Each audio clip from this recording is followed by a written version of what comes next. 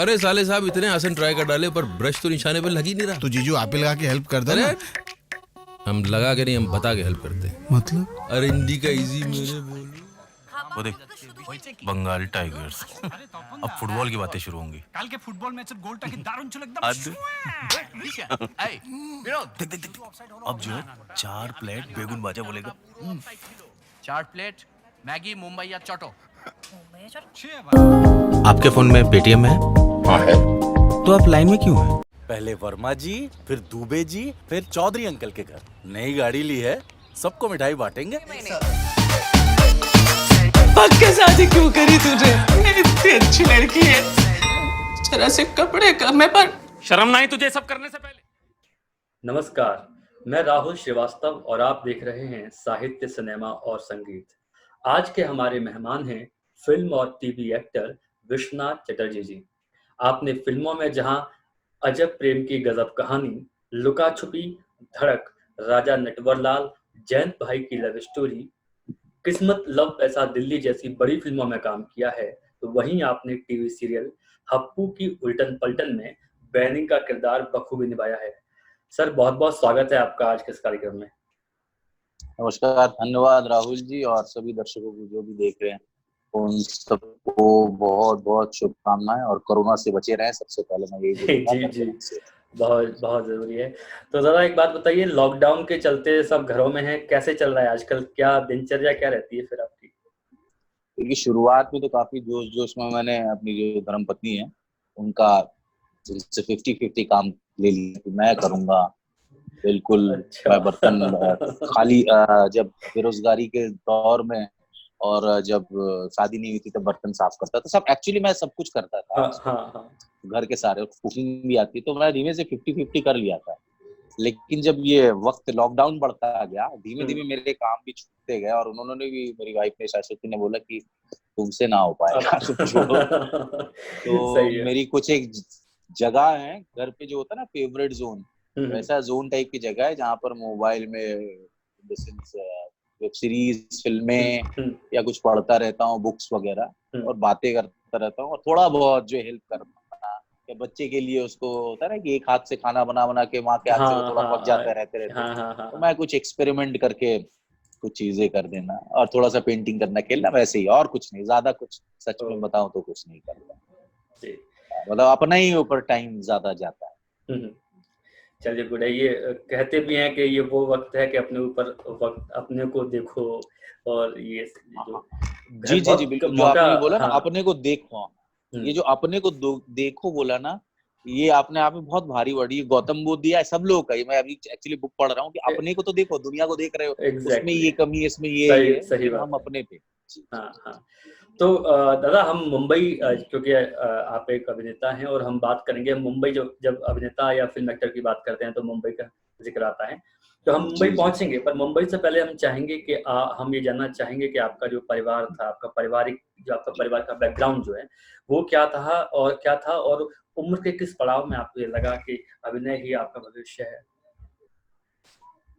नहीं, वो जैसे बचपन में होता है ना, बच्चों को पूछेंगे आपको क्या बनना है, तो मैं पुलिस बनूंगा, मैं ये बनूंगा, वो बनूंगा। तो मेरा बिल्कुल एक्चुअली ऐसा कुछ नहीं था। मैं बहुत ही शाई होता है ना बच्चा, वैसा लोगों के सामने, अपने परिवार में बहुत ज्यादा बदमाशी करने वाला, मेरी कजिन सिस्टर, इन लोग के साथ अच्छा वो था। लेकिन जैसे बाहर आप जाते थे तो जबान नहीं खुलती थी जी। तो वो था।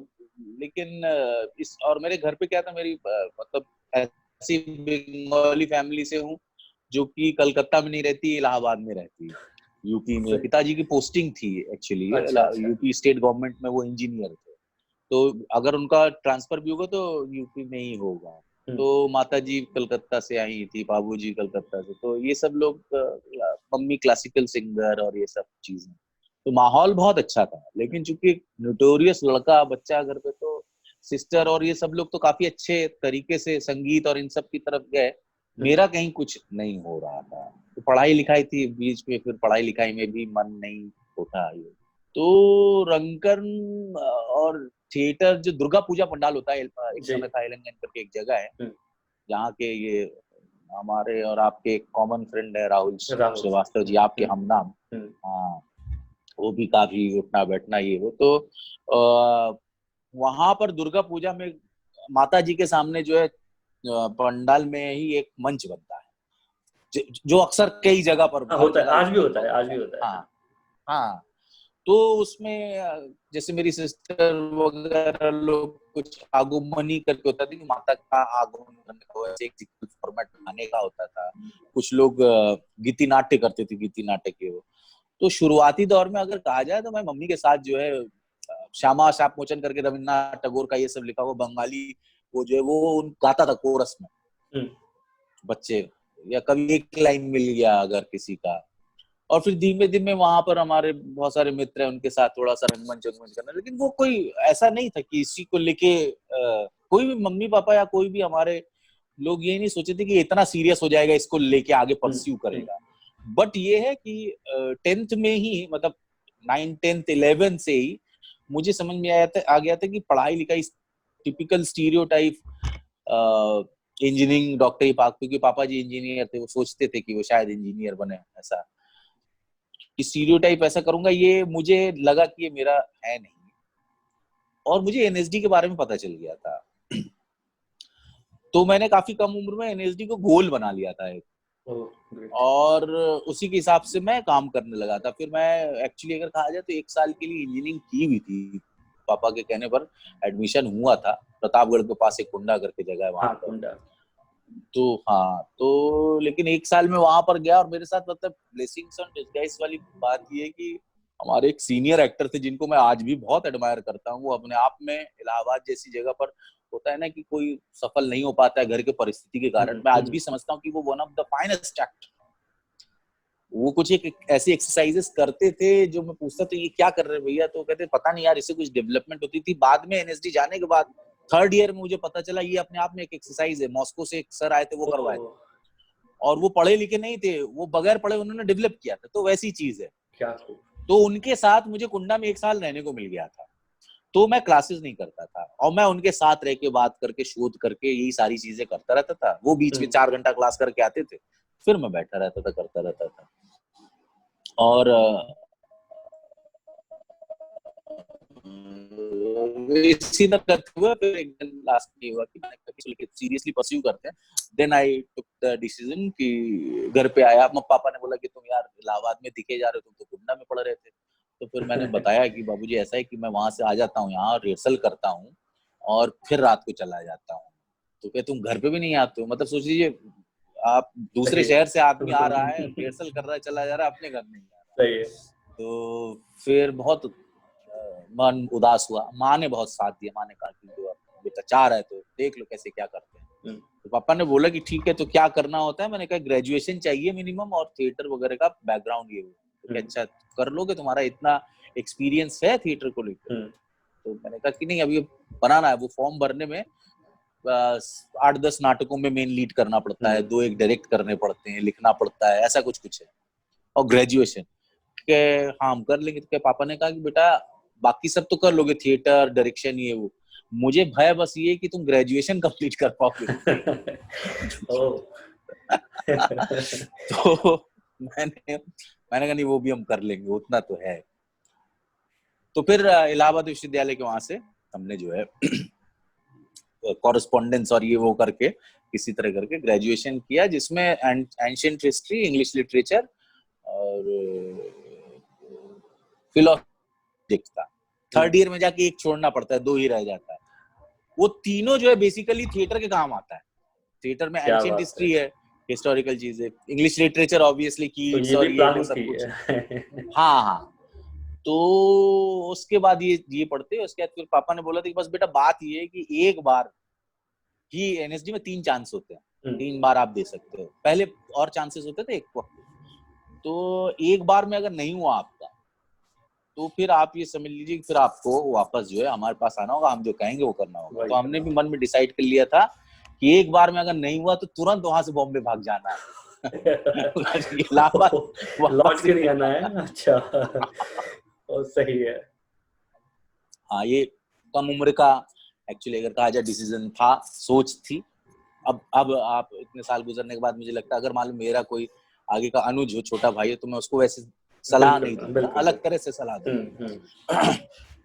तो एक्चुअली क्या है ना कि फिर हुआ, उसके बाद फिर हम एक बार में ही हो गया, इट्स अ कोइंसिडेंट की। और मतलब सबसे बड़ी बात ये की थी, एनएसडी में 20 लोग का सिलेक्शन होता है, जिसमें कोटा और ये सब कुछ मिला के अलग अलग कम सीटें बचती है जनरल के लिए।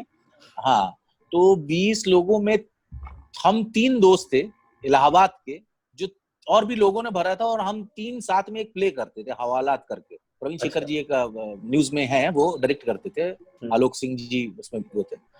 तो हम 3 चोर बनते थे, मतलब बहुत ही सटायरिकल चीज थी अपने राष्ट्रतंत्र पे। और हम तीनों का वो प्ले एनएसडी में एग्जाम से पहले हुआ था। भारंगम भारतीय नाट्य समारोह है वहां पर, एनएसडी में करता है, जिसमें हम लोग का सिलेक्शन होता, हम लोग किए थे और हम तीनों ने भरा था। और सबसे पहले एक मित्र का हुआ, उसके बाद फिर दूसरे मित्र का लेटर आता है। अब हमने कहा 2 लोग का हो चुका है 20 लोगों में, वो भी इलाहाबाद से एक ही ग्रुप से, तीसरे का थोड़ी ना होगा। फिर तीसरा मेरा भी आता है, तो तीनों का हुआ था। तो एक ही मतलब ऑल ओवर, हाँ एक ही हम बैचमेट हैं तीनों। तो हम जैसे ही पहुंचे, तो इसीलिए सीनियर पंकज त्रिपाठी वगैरह भैया जो है, सब लोग हम लोग को बोलते थे कि 3 चोर आ गए हैं इलाहाबाद से, क्योंकि चोर बने थे ना पहले प्ले में। अच्छा, पंकज सर पहले से वहां थे? पंकज भैया मेरे 3rd ईयर थे जब हम पहुंचे, तो वो 3rd ईयर में थे। अच्छा, इश्तियाक भाई, पंकज भाई, भानु, और फिर 2nd ईयर में नेहा, ये लोग 3rd मतलब 1st ईयर में हम लोग पहुंचे। अच्छा, तो ऐसा वाकया था, हम तीनों एक साथ पहुंचे और हम लोग का हो गया। उसके बाद खत्म होने के बाद ऑब्वियसली कुछ थिएटर किया, उसके बाद बॉम्बे का रुख अपना। यही अगर जॉब भी कर सकते थे, बहुत सारे लोग जॉब करते हैं, थिएटर करते हैं दिल्ली में और अपने जगह जाके बहुत अच्छा काम कर रहे हैं वो लोग अपनी जगह। लेकिन हम लोगों ने पॉपुलर एक्टिंग का माध्यम लिया, जिसको हम लोग पॉपुलर काम कहते हैं। ये पॉपुलर ज्यादा होता है, बाकी रंगमंच करने वाले लोग बहुत सारे हैं एनएसजी के पास आउट, तो देश की सेवा भी कर रहे हैं उस हिसाब से। मतलब हमारे एक बहुत सीनियर आदमी, उनका नाम है नीपम उत्सल। नीपम उत्सल शायद अनुपम खेर साहब के बैच के 80 या 81 के पास आउट है।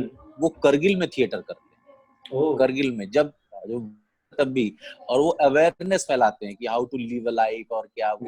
तो वैसे लोग भी हैं जो मैं फिल्मों में जो आ गए हैं, वो दिख रहे हैं लोगों को, ये वो इनकी स्ट्रगल को लेकर बात की जाती है। बिल्कुल सेम ऐसी स्ट्रगल थिएटर और अभिनय वैसे जगह पर लोगों को करने वाले लोगों के साथ भी है। दादा, आपकी जैसे कि आप एनएसडी जब आपने पास किया, पूरा एक कोर्स जो होता है, आई थिंक 4 साल का होता है, राइट? 4 साल की डिग्री होती है पूरी। 3 साल का होता है। 3 साल का होता है। तो 2003 में मैं घुसा था, 6 में मैं पास आउट हुआ।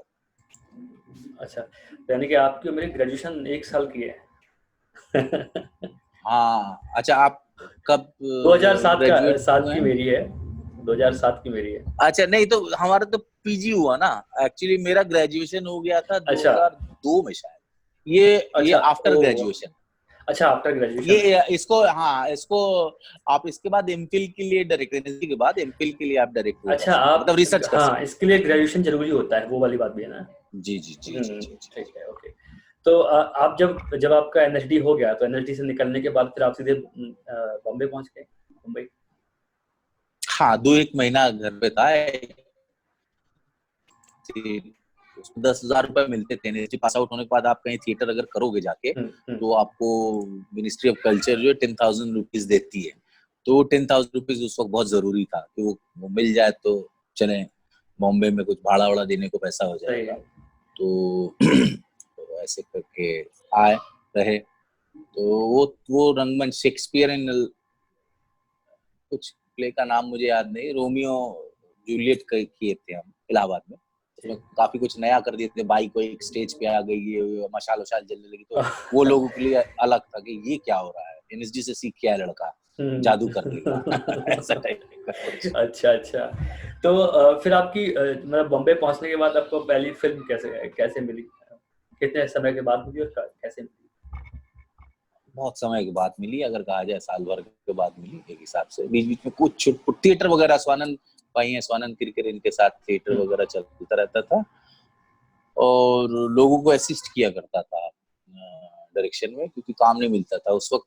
काफी थिन, दुबला पतला हुआ करता था, फेयर हुआ करता था, तो समझ में नहीं आता था कि, और रिच लगता नहीं। रिच लुक की एक कॉन्सेप्ट है कि आपको रिच लुक लगना चाहिए, कि रिच लुक क्या, रिच लुक उस तरह का कॉन्फिडेंस है, अपना कॉन्फिडेंस नहीं था उतना कि आप देखिए सर फरारी से उतरे और 5 करोड़ की बात कर रहे हैं और ये वो, तो चॉकलेट, हाँ, या फिर हाँ। आप चॉकलेटी टाइप के हीरो दिखो उस टाइम। हाँ, तो मेंटेलिटी मिडिल क्लास है, यहाँ पर आके लोअर मिडिल क्लास हो गई, ठीक है ना।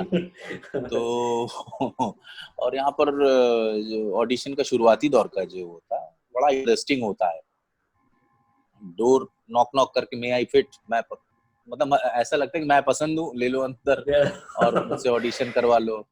तो एक बड़ी खूबसूरत सी एक लड़की आएगी, हाथ में सिगरेट लेकर बोलेगी, आप you fit you don't fit, get out, you don't fit. नहीं, आप कैसे चले आए सर, ये देखिए रिच लुक का है, तो वो बेइज्जती करके वो भगा देती थी। बहुत सारे अच्छे कास्टिंग डायरेक्टर दोस्त भी है, तो बड़ा मजेदार दौर था। आज याद करते हो तो आपको मतलब बड़े हंसी आती होगी सब बैठ के, मतलब वो दिन। अरे इन सब मामले में जैसे स्वानंद भाई हैं, विनीत भाई हैं, ये सब लोग बड़ा अच्छा हेल्प करते थे सोच पे। वो बोलते थे हमेशा ये लोग कि इन सब इस वक्त को याद रखो, और इस वक्त यही है सबसे ज्यादा एंजॉयबल टाइम, क्योंकि कल को जब आपको काम में फंसोगे तो आप मिस करोगे, और ये चीजें आपको बूस्टअप इससे आपको बूस्टअप लेना चाहिए। तो और काम से ही काम मिलता है। और बड़ी अच्छी बात बोली थी एक बंदे ने कि आप कुछ भी काम मिले, अभी स्टार्ट ही और कुछ भी काम मिले, उस काम को इतने अच्छे से करो कि दुनिया का कोई आदमी उसको उस अच्छे से काम ना कर सके उतना अच्छे से, और कोई ना कोई जरूर देख रहा होगा। तो सही में बताऊं, मैं डायरेक्शन में फिर क्योंकि पैसे चाहिए थे तो असिस्ट में घुसा, और धीमे धीमे करते करते मुझे पता नहीं, और एक डेली यूज का उस वक्त क्या आता था ना, अभी मोबाइल में व्हाट्सएप आ गया, ये सब तो नहीं था उस वक्त। तो शायद इनकमिंग में नहीं, आउटगोइंग में हाँ पैसा ज्यादा लगता था। तो उस वक्त फोटो खिंचवाते थे हम लोग, और पॉलीथीन में रख के, बैक पॉकेट में रख के हर एक जगह जाके दे देते थे। चाहते थे कि डायरेक्टर ले, डायरेक्टर तो ऑब्वियसली कभी नहीं लेता था। Casting director. फिर सिस्टम शुरू हुआ कि मेल कर दीजिएगा, तो फिर मेल आईडी वहां पर बैठते थे। फिर बीच बीच में क्या होता था कि लुक चेंज करो यार, इस लुक में काम नहीं मिल रहा है, कुछ अलग करते थे। दाढ़ी रख के, बाल रख के, दुनिया भर की चीजें एक्सपेरिमेंट कर ली। हाँ, बहुत सारी। उसके बाद फिर देते थे। कोइंसिडेंट ये है कि अजब प्रेम की कहानी मिलने का कोइंसिडेंट ये है कि एक बॉक्स रहता था, बहुत बड़ा बॉक्स उनके ऑफिस में, जो मुझे बाद में मालूम चला। बाकी सब लोग किसी न किसी रेफरेंस से आए थे, आर्टिस्ट लोग, कि कोई किसी को जानता था, कोई राइटर किसी ने कुछ बोला, किसी को असिस्टेंट डायरेक्टर ने काम किया था उसको बुलाया था। तो राजकुमार संतोषी का कोई कास्टिंग डायरेक्टर उस वक्त नहीं था। अच्छा। तो मतलब असिस्टेंट और कोई रेफरेंस से आ जाता है। तो और उनकी फिल्मों में अमूमन आप देखिएगा, राज जी की फिल्मों में पुराने आर्टिस्ट रिपीट होते हैं। तो जैसे कि बीजू खोटे साहब राज जी के हर फिल्म में रहेंगे, कुलभूषण खरबंदा जी ज्यादातर फिल्मों में रहेंगे। तो हाँ, तो अब नए टाइप का कम उम्र के लड़के चाहिए। अब कम उम्र के लड़कों का तो उनका ग्रुप है नहीं, तो बाकी सब लोग का हो गया था। मेरा ही कैरेक्टर जो था वो नहीं हुआ था।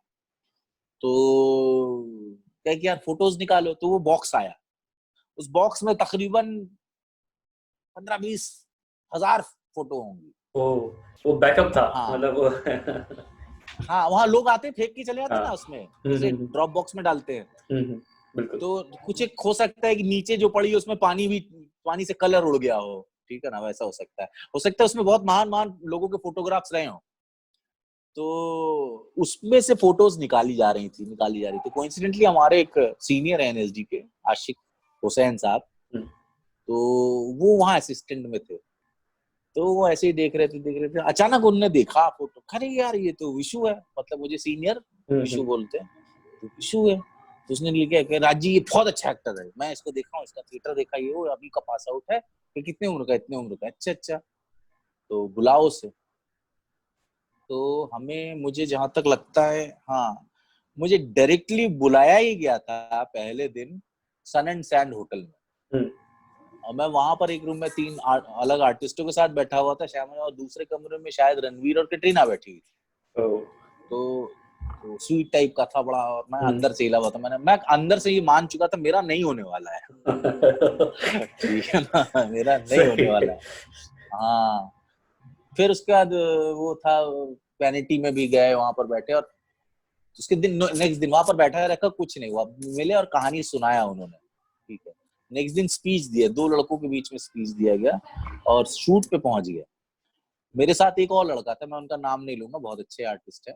कोइंसिडेंट होता है किसी का होना किसी का ना होना। बिल्कुल बिल्कुल। तो हाँ, हम दोनों को स्पीच बोलने को बोला गया, तो हम दोनों ने स्पीच बोला, और रूम में 3-4 artist, Katrina, Ranveer, I think Upen Patel, राजी, रमेश तुरानी सर, ये सब लोग बैठे। और उसके बाद में रणवीर से बोला गया, अब राजी अपने मुंह से किसी एक को ले, किसी को ना ले, तो वो बहुत मजाकिया है। उन्होंने रणवीर से, रणवीर तुम्हारा सीन बनता है इनके साथ, आर्टिस्ट इस वाले कैरेक्टर के साथ, तुम ही बताओ ज्यादा सही कौन सा तुम्हारा सुर मैच होगा।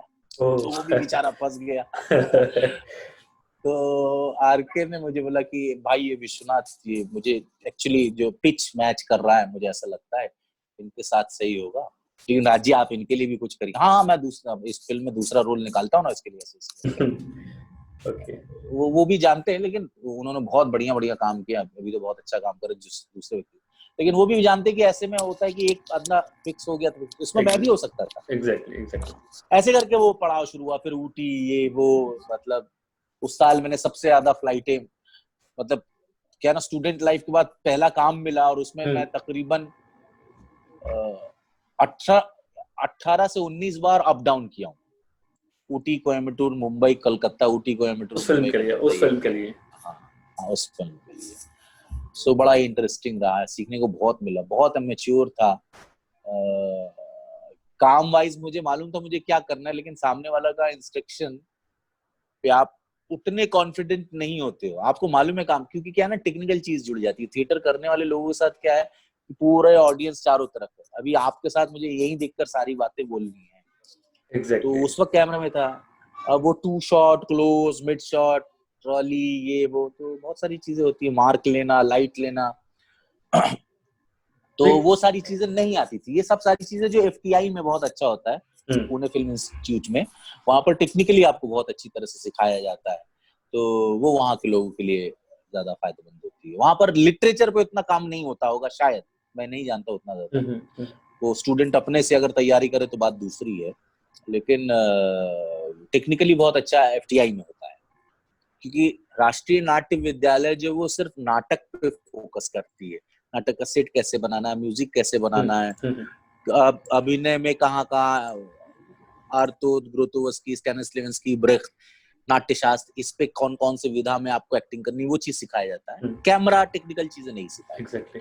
तो देखिए मैं बात करते करते पता नहीं कहाँ ले जाऊंगा। नहीं, गुड, ये अच्छा है, ये अच्छा है, जानना बहुत जरूरी है। पर एक बात हमें बताइए कि जब आप थिएटर करते हैं, जब आप रंगमंच करते हैं, उसके बाद एक बहुत लंबे टाइम के बाद जब आप फिल्म करते हैं, तो कितना मुश्किल होता है आपको कि थिएटर में क्या होता है, वन टाइम शॉट, वहाँ कोई रीटेक नहीं होता, राइट?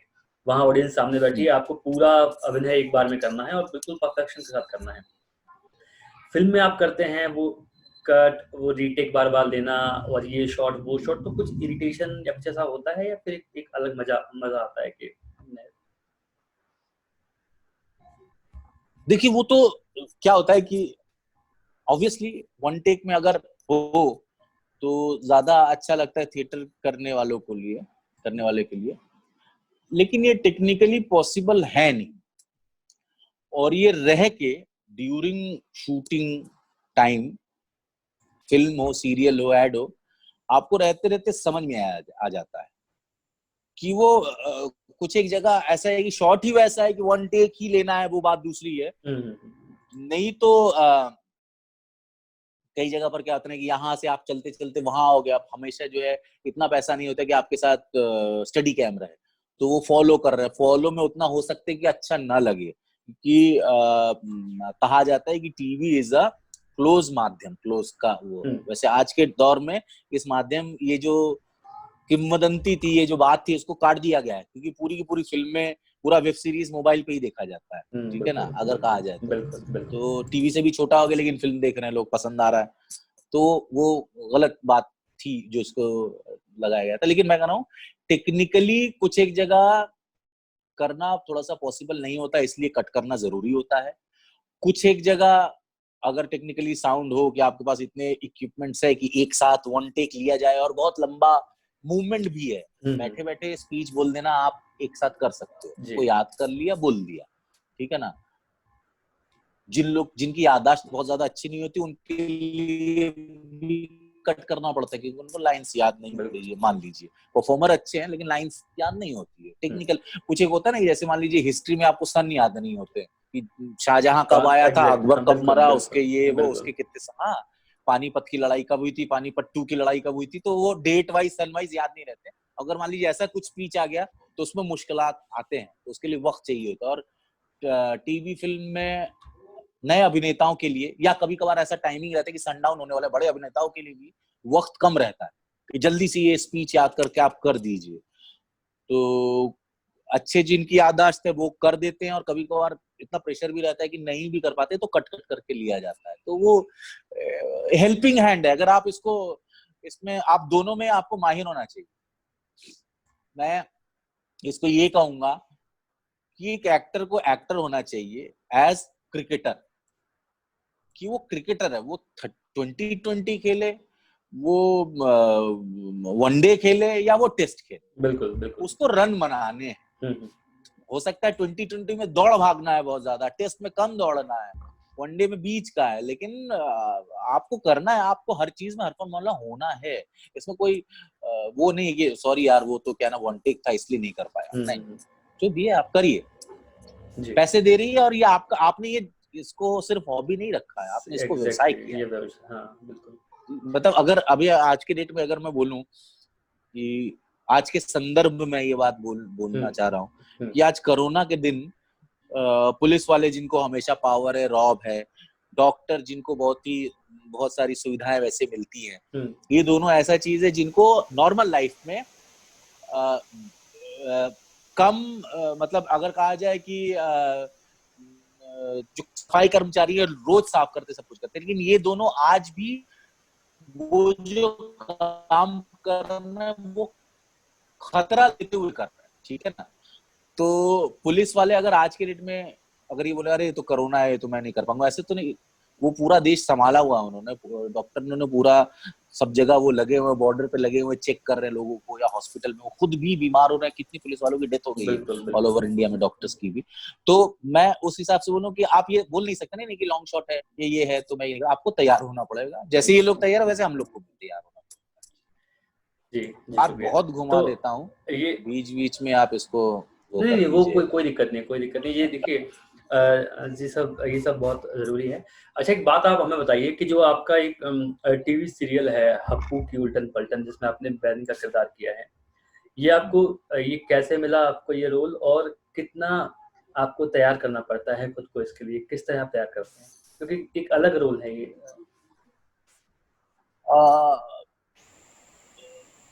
सीरियल का मोड क्या होता है ना, मैं आपको यहाँ पर एक डिफरेंस बता रहा हूँ। सीरियल मेरे हिसाब से, बहुत सारे लोगों का अलग अपना मानना होगा, लेकिन मेरा अपना ये पर्सनल वो है, सीरियल सीन वाइज और स्टोरी वाइज 5, जैसे हमारे हप्पू के उल्टन पलटन में क्या है कि 5 एपिसोड की एक स्टोरी बनती है, तो स्टोरी में मेरा क्या किरदार काम है उसके हिसाब से अपना एक लेवल ग्राफ होता है, और सीन होता है, उस सीन में कितना इमोशन डालना है ये वो करना है, ये चीज सीरियल में होता है। फिल्म में पूरे फिल्म का एक सीन वाइज नहीं होता, पूरे फिल्म का एक ग्राफ होता है, उसके अंतर्गत उसको इमोशन हुई होता है, क्योंकि पॉपुलर मैं आपको बताता हूँ, मैं आपसे बात हुई थी तो कि सीरियल और फिल्म में डिफरेंस ये है कि फिल्म कितनी भी बुरी रहे वो एक उपन्यास है, वो हमेशा पुस्तकालय में रहेगी। सीरियल का सीन या एपिसोड कितना भी अच्छा रहे वो एक न्यूज़पेपर है, एक दिन छपेगा, आज का न्यूज़पेपर है, आज के लिए बहुत संभाल के रखा गया, कल को वो कबाड़ में रखी रहेगी। और ये विडंबना है क्योंकि बहुत मेहनत की जाती है सीरियलों में, प्रोड्यूसर से लेके डायरेक्टर, एक्टर, को आर्टिस्ट, राइटर सब अच्छे से करते हैं, लेकिन उसका उतना वो नहीं होता है बाद में, खत्म होने के बाद में। फिर से रिपीट की जाती है, लोगों को पहचाना जाता है। तो अब किरदार के बारे में अगर बोलूं तो चूंकि सीन वाइज करना होता है, इसलिए ऐसा नहीं कि फिल्मों में क्या था ना कि आप जब कोई फिल्म में कोई एक सीन करने गए तो आप पहले देखते अच्छा पहले फिल्म में क्या, पहले उसमें क्या क्या था, उसमें क्या है, इसमें क्या है, अच्छा वो बचपन में वो लड़का ऐसा था, बड़ा हो कैसा बनता है, ऐसा होता है, और आगे जाके ये करना है तो उसके लिए एंटिसिपेशन कितना, टेक्निकल चीज हो गई।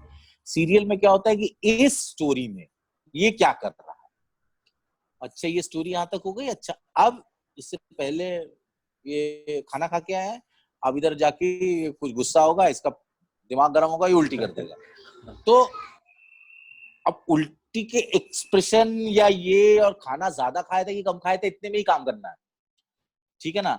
बाकी ऐसा नहीं है कि मैं इसमें बेनी प्रसाद वकील हूँ, बेनी प्रसाद VLLB फ्रॉम इलाहाबाद विश्वविद्यालय, ये मेरा तकिया कलाम है। तो ऐसा नहीं है कि चूंकि ये वकील है इसलिए हर चीज अपने वकालत के नजरिए से देखे। फिल्मों में क्या होता है, अगर वो वकील है तो आपके जहन में ये डाल दिया था कि ये वकील है गुरु, इसका कुछ ना कुछ दिमाग चल रहा होगा। सही है, ठीक है ना। तो ये, और खास करके ये कॉमेडी है, स्लाइस ऑफ लाइफ टाइप का चीज है, तो ये इस पे और ज्यादा फोकस उस तरह पे नहीं होता, इसका सिर्फ होता है कि सीनिक एक हल्का सा एक हल्केपन के साथ एक एंजॉयमेंट आ जाए, पारिवारिक है रखने की कोशिश की जाती है। बहुत सारे बच्चे हैं, हिमानी शिवपुरी पुरानी आर्टिस्ट हैं, शरद जी वो भी NSD के हैं, तो हम हिमानी जी, शरद जी और मैं, हम 3 NSD के हैं इसमें, और बाकी सारे बहुत अच्छे रंगमंच के कलाकार है, कामना पाठक हो या योगेश त्रिपाठी हो, ये लोग बहुत अच्छा काम किए, बच्चे बहुत टैलेंटेड हैं। तो वो सारी चीजें हैं, तो सब लोग मिलके एक दूसरे के किरदार, मतलब इन द सेंस आशना एक कैट करके करती है, संजय वो है, कमलेश, ये सब लोग भी हैं। तो ये हम लोग आपस में इतने बेहिचक और इतनी अच्छी दोस्ती है कि हम सब लोग एक दूसरे को सजेशन देते हैं और लेते हैं, सपोर्ट करते हैं, छोटा बड़े, हाँ छोटा बड़ा का कोई वो नहीं है। ये एक अच्छा हेल्दी एटमॉस्फेयर है। डायरेक्टर जो एपिसोडिक डायरेक्टर, मेन डायरेक्टर जो है शशांक बाली है, और मनोज संतोषी राइटर है जो भाभी जी भी लिखते हैं जी। तो उन लोग का तो है ही, क्रिएटिव में भी बहुत अच्छे लोग हैं सब, लेकिन प्रोड्यूसर साहब जो संजय कोहली, बिनाफर कोहली, ये लोग भी बहुत अच्छे से देखते हैं कि भाई सबका किरदार कैसा बन रहा है, चैनल से बड़ा अच्छा रिस्पॉन्स रहता है। बिल्कुल। लेकिन इन सब के साथ माहौल इतना अच्छा है कि हर एक आर्टिस्ट, छोटा हो बड़ा हो, हिमानी शिवपुरी जी भी हमें सलाह देते हैं, हम भी बोलते हैं मैम आप ऐसा कर लोगी तो मुझे भी सुविधा हो जाएगा सीन में। तो ऐसे टाइप में बड़ा अच्छा। तो किरदार, कोई एक एक्टर ऐसे जगह पर, जब आप सीरियल लगातार कर रहे हैं, साल भर कर रहे, 2 साल, तो लगातार एक आदमी अकेले नहीं बनाता। सही। बेसिकली खुद उसी का वो होता है, वो और राइटर और डायरेक्टर का, लेकिन हर को आर्टिस्ट का सपोर्ट होता है, ये मुझे ऐसा लगता है। और ये एक्चुअली बहुत कम लोग बोलते हैं, लेकिन ये फैक्ट है। फिल्मों में भी होता है लेकिन उसमें कम होता है, क्योंकि उसमें ज्यादा से ज्यादा 30, 35, 40 दिन का काम। यहाँ पर आपका हर महीने 30 दिन का काम, तो सजेशन बिल्कुल दिया जाता है, और एक हेल्दी माहौल पे ही सीरियल लंबा चल पाता है। क्योंकि शूट तो आप कर रहे हो लगातार, आप अपनी वाइफ के साथ भी अगर आप अच्छे से रह रहे हो, मम्मी पापा के साथ अच्छे से रह रहे हो, तभी आप उसी घर पे रहोगे, नहीं तो आप रेंट पे चले जाओगे, मुझे काम करने का टाइम है, मैं वहां पर जाके काम करूँ। बिल्कुल। कैसे मिला आपको ये सीरियल? ये सीरियल शशांक भाई जो है, जो उस एक जमाने में FIR डायरेक्ट किया करते थे। अच्छा। कविता कौशिक जी उनकी बड़ी अच्छी दोस्त थी, आर्टिस्ट थी। तो FIR बीच में बंद हुआ था, तो मैं, कविता कौशिक जी, हम लोग साथ में एक सीरियल और किया करते थे, तोता वेट्स मैना, तोता की शादी हो। तो उसमें मेरा अच्छा किरदार था, जो शशांक जी कविता जी के लिए देखा करते थे। तो वो कविता को बोलते थे कि तुम्हारे उसमें IAS जीजा एक रहता था, उसमें मेरा किरदार था, मैं IAS एस्पिरेंट था। अच्छा। और मेरा वहां पर डायलॉग था कि 15 दिन फोकस कर लूं तो PCS निकाल लूं, और 1 महीने फोकस कर लूं तो IAS निकाल लूं। बस टाइम ही नहीं मिलता, निकाल लूं। हाँ, निकाल लूं, लेकिन टाइम ही नहीं मिलता। निकाल लूं। अच्छा, निकाल लूं। हाँ। अच्छा। तो टाई पहने बैठा रहता, क्यों टाई पहने रहता था कि अरे अचानक किसी दिन एग्जाम पास हो जाऊंगा, फिर IAS बन जाऊंगा, तो प्रिपरेशन पहले से होनी चाहिए। अच्छा। तो वो वैसा किरदार बड़ा मजा आया। तो शशांक जी को पसंद था, वो अक्सर बोलते थे कि उसको मैं कहीं विश्वनाथ को कहीं ना कहीं मैं लूंगा, किसी जगह कास्ट करूंगा। उनके शोज एक्चुअली फिल्मों में ही वो लगा रहता था। लेकिन फिर मनोज भाई लिख रहे हैं, उनका फोन आया था, तब मैं खाली ये आपको बुलाया गया ऐसे। तो मैंने कहा किरदार क्या है, किरदार ऐसे बताया। मैंने कहा अच्छा ये वो है। तो फिर मैंने कहा ऐसा तो नहीं कि मेरे स्टक हुआ रहेगा, क्योंकि नहीं आप थोड़ा सा फ्रीडम है। फिर मैंने बातचीत की, मिले, किस तरह की एक्टिंग करनी है। तो मुझसे स्लैपस्टिक एक्टिंग हो नहीं पाती, मतलब बहुत अच्छा कर लेते हैं लोग स्लैपस्टिक, मतलब स्लैपस्टिक को मैं कैसे बताऊं कि जैसे स्टैंड अप के साथ थोड़ा सा मिला लें, अगर थोड़ा सा कैरिकेचरिश,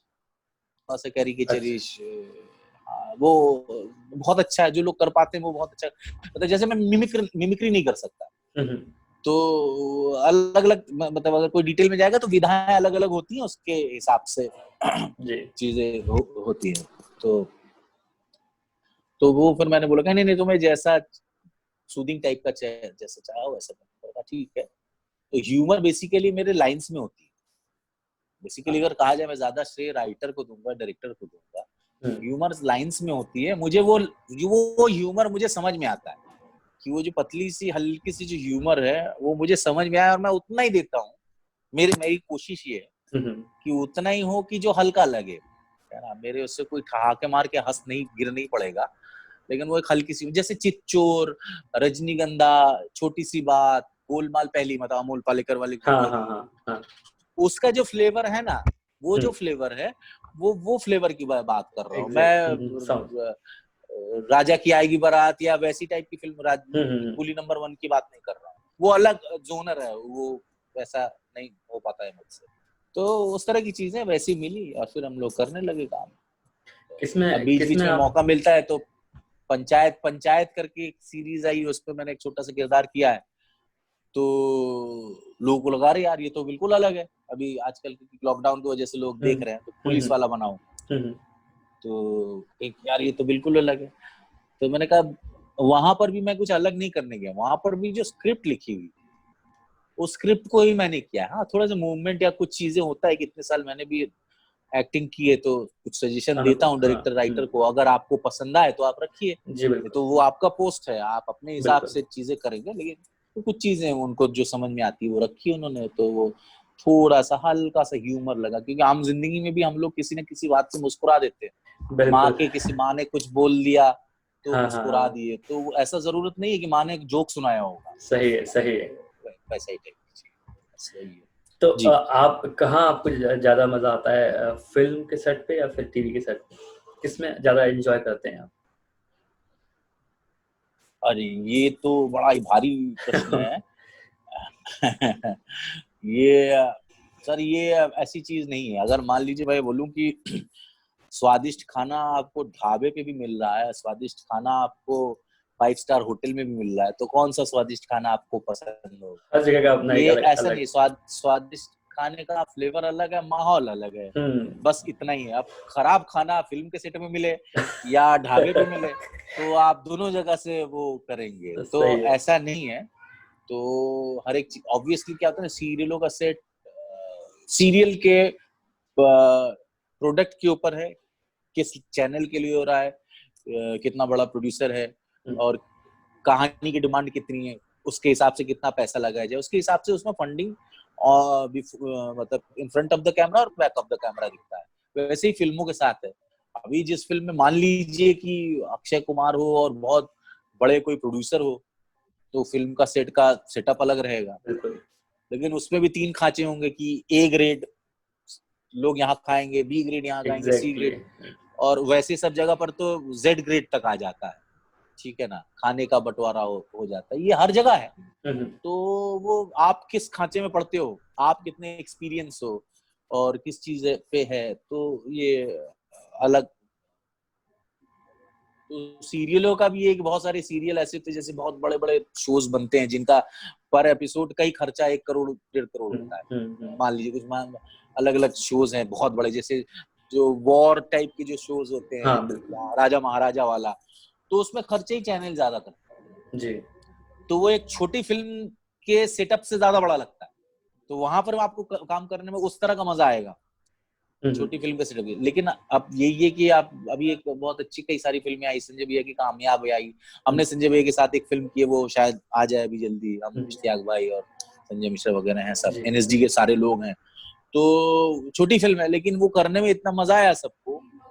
एक तो पूरे 80% एनएसडी के या थिएटर के दोस्त थे, वो फिर अलग मजा। हाँ सही है। हाँ, और हम लोग जहाँ जाके किए थे वो जगह थी नक्सल जगह पर। उसका नाम है अपना बड़ा खूबसूरत डाल्टनगंज, नाम भी बड़ा नाम खूबसूरत, डाल्टनगंज रांची के पास है। तो वहां पर ये था कि रात में अगर शूटिंग करना है तो अपने पास बॉडीगार्ड रहने चाहिए। और बॉडीगार्ड कौन है? एक्स नक्सल, जो पहले नक्सल थे, उन्हीं को बॉडीगार्ड रखिए ताकि नक्सल अगर कोई आ गया तो आपस में बातचीत करके सही है सही है। हाँ, तो वैसे माहौल में शूट करके कभी रोटी कच्ची आ रही है तो कभी एडिटिंग के पीछे टाइम है, रात में ही शूट रख दिया। एडवेंचर था एकदम आपके लिए। हाँ, हम संजय मिश्रा मटन पका रहे हैं खेत में और सीन पढ़ रहे हैं राजा महाराजा का और कर पका रहे हैं मटन। बट आता इसमें मजा होगा इस काम को करने, इस तरह रहने में सारे लोग। हाँ, लेकिन क्या है ना कि आप बहुत बड़ी विडंबना देखिए जो आज के डेट में धरती को कर दिया गया है। बाकी सारी चीजों की इंडस्ट्री होती है कि इंडस्ट्री मतलब suppose to be software industry है, हार्डवेयर की इंडस्ट्री है, मशीन बनती है सब। फिल्म इंडस्ट्री नाम है लेकिन फिल्म की इंडस्ट्री है कहाँ? अगर आपसे कोई पूछे तो आपको प्रोडक्शन हाउस में कितने लोग सैलरीड हैं अगर आप देखने जाओगे, आपके हाँ सैलरीड होंगे बहुत कम लोग। वो रिज्यूमे लेके जाओ वहां पे फिक्स नौकरी नहीं होती है लोगों के पास, नहीं होती ना। आप पहले के जमाने में होता था आर्टिस्ट जो है ना, जैसे संजीव कुमार ये सब लोग आए, धर्मेंद्र साहब, वो लोग आए और प्रोडक्शन हाउसेस में उनको नौकरी मिलती थी कि 700 रुपए पर मंथ के हिसाब से रख लिया आपको और जितनी भी फिल्में बनानी बनाएंगे वो। अभी वो नहीं होता है, अभी होता है कि पर फिल्म के हिसाब से आपका होता है क्योंकि प्रोडक्शन हाउस भी लचर हालत में। अब क्या होता है कि हवा में आप सोचिए ये धरती घूम रही है, अगर सूरज चांद ये वो, इसी के बीच में कोई एक हवा में एक प्रोड्यूसर आया, पैसा लेके, एक राइटर आया, एक डायरेक्टर आया, कुछ आर्टिस्ट आया, एक सेट बन गया, एक मोहल्ला बन गया, पूरी शूटिंग हो गई, एडिटिंग हो गई, फिल्म रिलीज हुई, फिल्म हिट हुई या फ्लॉप हुई, जो भी हुई, लोगों में पैसे बढ़ गए, प्रॉफिट हुआ, नुकसान हुआ, जो भी, उसके बाद गायब, वो जगह खाली। ऐसी तो इंडस्ट्री है हमारी। तो आप चाहे जितना भी कहें, हम जितना भी सीनियर आर्टिस्टों के साथ या दोस्तों के साथ शूटिंग के दौरान मटन पका लें, लेकिन आप हमेशा इनसिक्योर रहोगे कि इसका भविष्य क्या है जब तक आप पैर अच्छे से ना दबा सके। बिल्कुल। तो नए लोगों के लिए मैं हमेशा बोलूंगा, कहते हैं ना वो जो पुराना कहावत है कि गलतफहमी मत पालो। ये सवाल ऐसे ही पूछने वाला था आपसे। अच्छा। हाँ। मैं बोलूं, बताऊं? हाँ बिल्कुल। तो मुझे ऐसा लगता है कि गलतफहमी जो है ना, मतलब आप अपने बारे में सबसे अच्छा आप जानते हो और सामने वाला आपको चढ़ा रहा है या सच्चाई बता रहा है। सच्चाई बता रहा होगा तो आपको बुरा लगेगा, चढ़ा अगर रहा है तो आपको अच्छा लगेगा। इंसान की फितरत है। सही है कि लेकिन उसी चीज से बचना बहुत जरूरी है। और अगर मान लीजिए मेरे में कमी है और दो चार दिन, 2-4 महीने, 1 साल प्रयास करके समझ में आ रहा है कि नहीं, this is not my cup of T, तो उस पे ज्यादा वक्त ना जाया करें। हो सकता है आप कुछ और महान काम करने के लिए पैदा हुए हो। अगर मैं बैठ के आईएएस की तैयारी करने, मुझे आईएएस बहुत अच्छा लगता है, मैं तैयारी करने लगूं,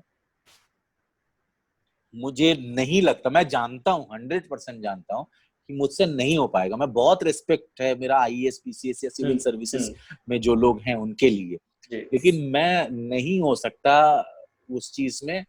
अभिनय में कुछ चीजें मुझे लगता है कि ये चीज, वो सोच या वो चीजें है और पॉलिश करनी है। मुझे तो हमेशा लगता है कि मैं अभी 1% ही पाया हूँ। 99% तो कभी खत्म नहीं होगा, वो बढ़ता ही रहेगा 99% ही। तो कोशिश हमेशा करते रहना, नए बहुत अच्छे सीनियर जूनियर आर्टिस्टों से सबसे सीखना, ये बहुत जरूरी है।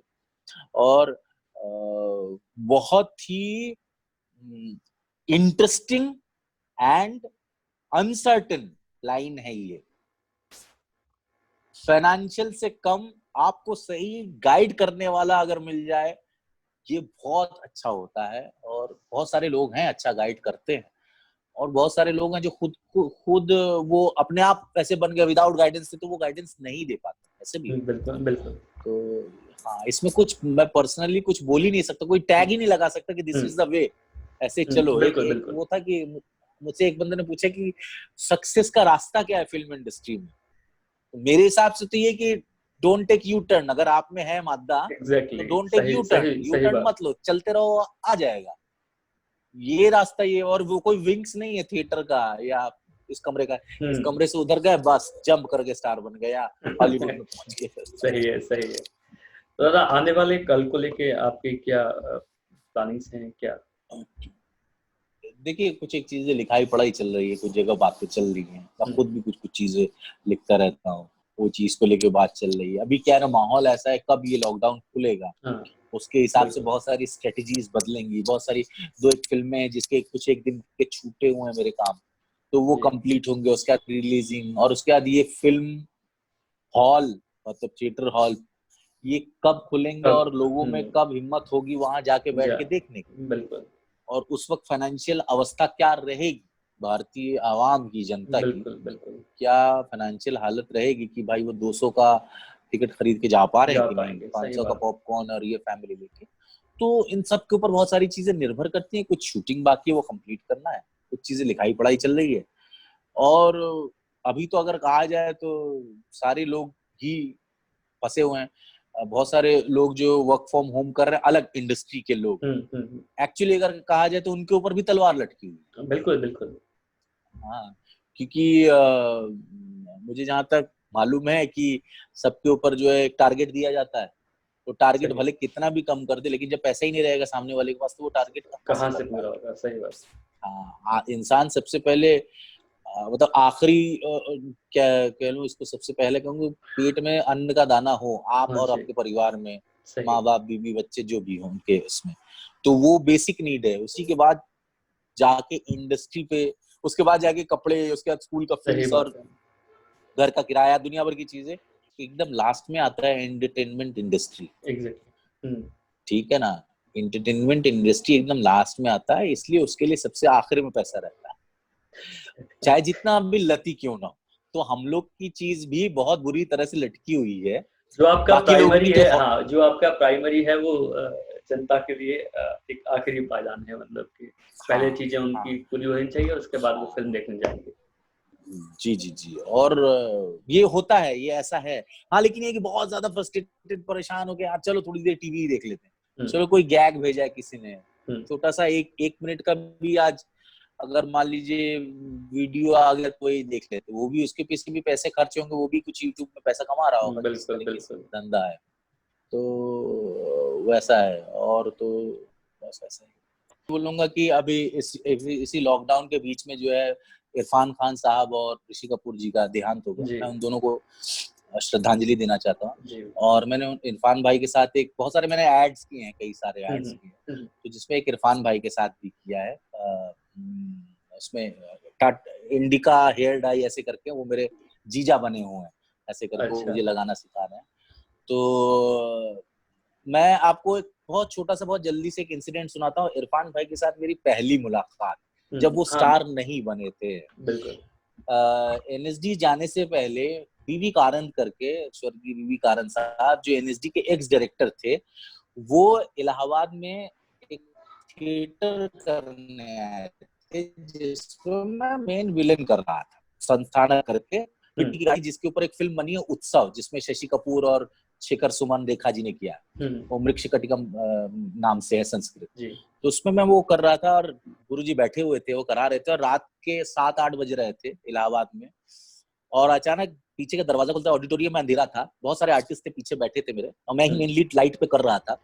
और दरवाजा खुलता है, पीछे से 6-7 लोग आते हैं और खड़े हो जाते हैं, और थोड़ी देर बाद बीवी कारंत साहब को बाबा बोलते थे, बाबा, पीछे से पैर छूते हैं, तो पीछे ऐसे मुड़ते हैं, और कारंत साहब पीछे मुड़ते और 1 मिनट रुकने का इशारा करते मुझे, और देखते, और पीछे से चश्मा नीचे करते, कौन, राणा? तो बेसिकली आशुतोष राणा थे। अच्छा, हाँ, कह बैठो बैठो बैठो, ये खत्म कर लूं, ये तो फिर मेरा वो सीन 5 मिनट में खत्म करा दी। तो सब लोग खड़े खड़े मुझे देख रहे कि इतना रिस्पेक्ट था कारण साहब का, एनएसडी के एक्स डायरेक्टर, अच्छा अच्छा। बहुत नाम कमाया उन्होंने। तो उसके बाद फिर खत्म, और हम उस वक्त अभिनय करते करते मैं देख रहा हूँ कौन, आशुतोष राणा और एक और व्यक्ति, इनको मैं जानता हूँ यार, ये बहुत अच्छे एक्टर हैं, वो इरफान भाई, ऐसे करके त्रिगमांशु धूलिया, ये सब। तो ये मिलने आए थे कि बाबा आए हैं, मतलब अच्छा, टीचर, अच्छा। उन लोग के टीचर। क्या बात। तो क्योंकि ये सब एनएसडी पास आउट हमारे, हाँ। तो फिर ये सब कारण साहब बात किया, उसके बाद निकले। तो फिर ये लोग बाहर खड़े थे, तो मैं पहुंचा, हम सब लोग पहुंचे, हम लोग फोटोग्राफ। अब उस वक्त आशुतोष राणा साहब जो है, राणा भाई स्टार हुआ करते थे, मतलब वो बहुत पॉपुलर हो चुके थे, बड़ी बड़ी फिल्में करके, फिल्मों के स्टार थे। इरफान साहब को फिल्मों के स्टार नहीं थे, वो सीरियल वगैरह में अच्छा, और उस वक्त सीरियल कम देखा जाता था अगर कहा। बिल्कुल। और मैं देखा आशुतोष राणा को सब लोग घेरे हुए थे, इरफान साहब को, इरफान भाई कौन सी एक सिगरेट पीछे किनारे चुपचाप खड़े खड़े पी रहे थे। तो मुझे याद था कि आज हम भी गए, हमने कहा नमस्ते सर, सबसे इरफान पहले राणा साहब से मिले, उसके बाद फिर इरफान भाई से मिले। हमने कहा नमस्ते सर, ये हाँ अच्छा अच्छा अच्छा, देखा अच्छा करते हो ये। इतनी मुलाकात है। इसके बाद ये किस्सा मैंने दोनों को सुनाया। आशुतोष राणा जी को मैंने धड़क फिल्म में सुनाया है, जब धड़क की शूटिंग करते थे हम लोग। अच्छा अच्छा। बड़ी अच्छी दोस्ती हो गई राणा साहब से, उससे पहले भी एक दोस्ती थी। मैंने कहा कि उनको राणा मामा बोलते हैं इसलिए क्योंकि मेरा एक दोस्त है, उसके मामा लगते, पीयूष के मामा। अच्छा अच्छा। तो मामा जी ऐसा ऐसा है। पहले तो मुझसे पूछे तुम मामा क्यों बुलाते, मैंने कहा पीयूष मेरा दोस्त है। अच्छा अच्छा। फिर मैंने बताया आपको वो किस्सा कारण साहब वाला। फिर मैं इरफान भाई के साथ जब इधर शूट कर रहे थे, तो इरफान भाई को मैंने ये बताया था कि हाँ, और उस वक्त दोनों ने मुझे ये राय दी थी, वो लोग आए थे क्यों, हासिल फिल्म की शूटिंग करना। उस वक्त शूटिंग शुरू होने वाली थी। अच्छा। तो मैंने त्रिगमांशु धूलिया के पास में जुगाड़ लगाया हुआ था कि मुझे हासिल फिल्म में ले ले, मैं ये नाटक छोड़ दूंगा। अच्छा। तो मैंने राणा जी और इनसे बोला था कि मैं छोड़ के आ जाऊं आपके पास, आप लोग बोलो टिशु भाई से, देख तो लिया, मेरी एक्टिंग तो देख ली। सही है सही है। तो उन्होंने बोला कि ये गुरु है। सही बात। मेरे गुरु हम, हाँ, कि बाबा कारण जिसके ऊपर हाथ रख दे, ऐसे करोड़ों हासिल बनेंगे और ऊपर जाओगे तुम, इसमें क्या एक छोटा मोटा डंडा लेके खड़े रहोगे। तो ये बात उन्होंने बोली थी, और उन दोनों के अगर कहा जाए प्रेम और शुभकामनाओं से मैं आज यहाँ तक पहुंचा हूँ। बहुत। तो उन लोगों को आपके माध्यम से अगर कहा जाए, इरफान साहब और ऋषि कपूर, इन दोनों को मैं श्रद्धांजलि दूंगा, उनके परिवार को बहुत सारे स्ट्रेंथ दे। बाकी सब लोग यार अच्छे से रहें, स्वस्थ रहें, पुलिस वाले और सुरक्षा कर्मी और जी बिल्कुल, जितने भी डॉक्टर्स हैं उन सब के लिए भी बहुत बहुत शुभकामनाएं। आपको भी शुभकामनाएं, आप परिवार के साथ स्वस्थ जी जी जी बिल्कुल। और आपका बहुत बहुत शुक्रिया कि आपने हमें अपना कीमती वक्त दिया, और मैं चाहूँगा आप भी स्वस्थ रहें, परिवार आपका स्वस्थ रहे, और जल्दी लॉकडाउन खुले, आपकी आने वाली फिल्में हमें देखने को मिलें। तो यही लेते हैं विदा, तब तक के लिए नमस्कार। नमस्कार।